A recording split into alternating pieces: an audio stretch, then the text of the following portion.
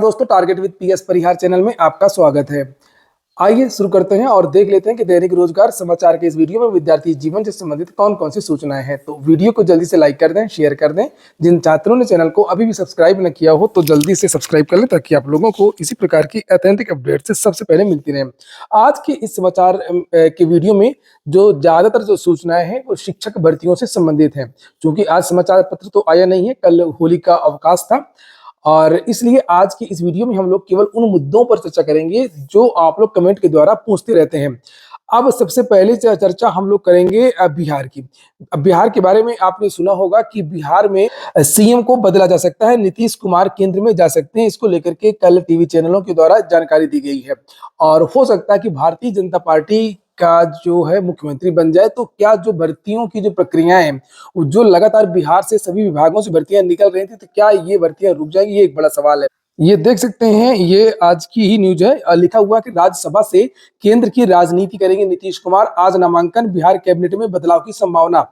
लिखा, नीतीश कुमार के राज्यसभा जाने की अटकलों ने बिहार की सियासत में हलचल मचा दी है और मुख्यमंत्री नीतीश आज राज्यसभा के लिए नामांकन कर सकते हैं, जिससे उनके केंद्र की राजनीति में लौटने के आसार हैं। यानी कि अब ये जो वर्तमान मुख्यमंत्री हैं बिहार के नीतीश कुमार, ये चले जाएंगे दिल्ली और दिल्ली में देखेंगे जो भी होगा। लेकिन जो बिहार है ये छोड़ देंगे, जो सीएम का पद है छोड़ना पड़ेगा, तो सीएम कोई दूसरा बनेगा। और अगर बीजेपी का बनेगा तो बीजेपी की सरकार में रोजगार को प्राथमिकता नहीं दी जाती है, दूसरे मुद्दे होते हैं। तो ये एक बड़ा सवाल है, इसके बारे में बहुत कुछ नहीं कहा जा सकता है। लेकिन जो भी सरकार सत्ता में आए वो इस बात को याद रखे कि बिहार में रोजगार हमेशा से प्रमुख मुद्दा रहा है। नीतीश जब भी हाल ही में जो पिछले विधानसभा चुनाव हुए थे तो उसमें भी रोजगार का मुद्दा प्रमुख रूप से था। इसके पहले जो चुनाव हुए थे, जब आरजेडी और जेडीयू ने मिलकर के चुनाव लड़ा था, तब पर भी जो रोजगार का जो मुद्दा था वो प्रमुखता से था, जिसको तेजस्वी यादव ने उठाया था।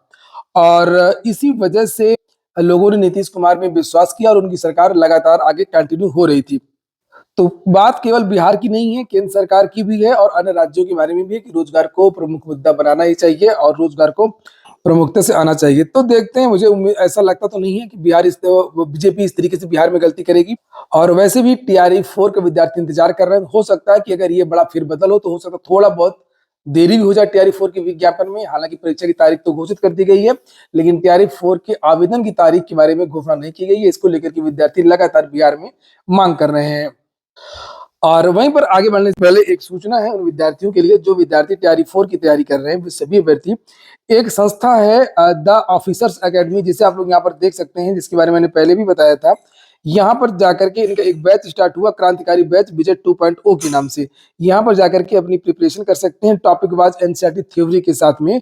और 15 फरवरी से ये बैच स्टार्ट हो गया। हिंदी माध्यम में ये बैच है। फीस मात्र 999 रुपए रखी गई है और इनके जितने भी ऑनलाइन बैचेज हैं सभी में एमसीक्यू बैच फ्री दिया जा रहा है। इसका कोई भी अतिरिक्त चार्ज नहीं लिया जा रहा है।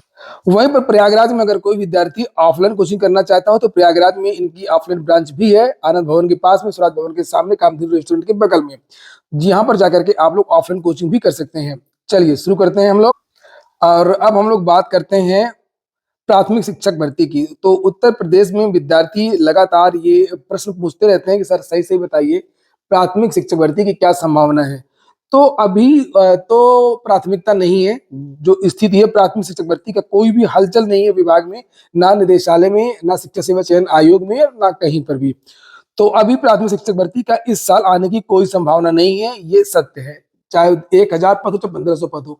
अच्छा हाँ, 1800 और जो पद विद्यार्थी बता रहे थे कि वो जो एडेड माध्यमिक विद्यालय है और ऐसे विद्यालयों में जहां पर कक्षा 1 से लेकर के 12 तक की कक्षा चलती हैं, वहां पर लगभग 1800 पद रिक्त है। तो वहां पर भी अभी भर्ती नहीं होगी, प्राथमिक विभाग में अभी भर्ती नहीं होगी।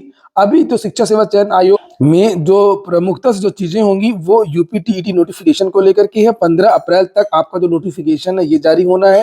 ये टारगेट जो जानकारी निकल करके आ रही है कि 15 अप्रैल तक यूपीटीईटी का नोटिफिकेशन जारी हो सकता है।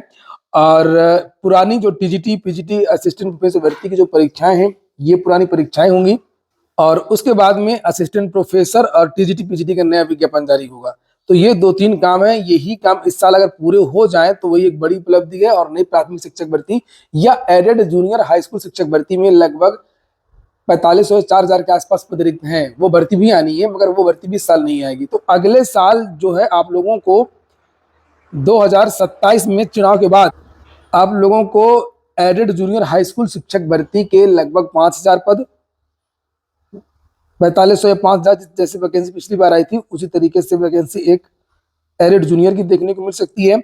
अगले साल आप लोगों को लगभग 30,000 के आसपास पीआरटी की वैकेंसी देखने को मिल सकती है। और अगले साल भी आप लोगों को टीजीटी पीजीटी की भर्ती देखने को मिलेगी। ये भर्ती फिर से आपको देखने को मिलेगी अगले साल। और उसके लिए हो सकता है कि टीजीटी पीजीटी के कुछ पदों को रोक लिया जाए। ये एक बड़ी जानकारी है कि टीजीटी पीजीटी की जो लगभग 23,000 पदों के बारे में जानकारी मिल रही है अध्याचन, इसमें से कुछ पद इस साल दिए जाए और कुछ पद अगले साल। तो इस तरीके की दो क्रमागत भर्तियां भी आप लोगों को देखने को मिल सकती हैं। अगर ये पद रोक करके अगले साल भेजेंगे तब तो अगले साल भी बड़ी वैकेंसी होगी, लेकिन अगर नहीं भेजेंगे तो चाहे छोटे पदों पर ही हो, अगले साल भी टीजीटी पीजीटी की नई वैकेंसी जारी करने की योजना है। और नई टीजीटी पीजीटी की जो वैकेंसी आनी है, जिसके बारे में जानकारी मिली थी कि 23,000 पदों का डाटा शिक्षण निदेशालय में आया था, तो उसका विज्ञापन आने में भी अभी देरी लगेगी, कम से कम 2 महीने बाद। ये मार्च चल रहा है और मार्च अप्रैल मई के महीने तक हो सकता है कि आप लोगों को टीजीटी पीजीटी की नई भर्ती देखने को मिले, अप्रैल लास्ट में या मई के महीने में। नई भर्ती को लेकर के विद्यार्थी फिर से एक दिन शिक्षा सेवा चयन आयोग जाने का प्लान कर रहे हैं कि इसमें अनावश्यक देरी क्यों हो रही है, कभी पोर्टल को लेकर के, कभी अध्याचन को लेकर के, कभी रोस्टर को लेकर के। और अगर आगे कोई जानकारी होगी तो मैं आपको इस चैनल के माध्यम से दे दूंगा। आज के वीडियो में इतना ही। पूरा वीडियो सुनने के लिए बहुत बहुत धन्यवाद।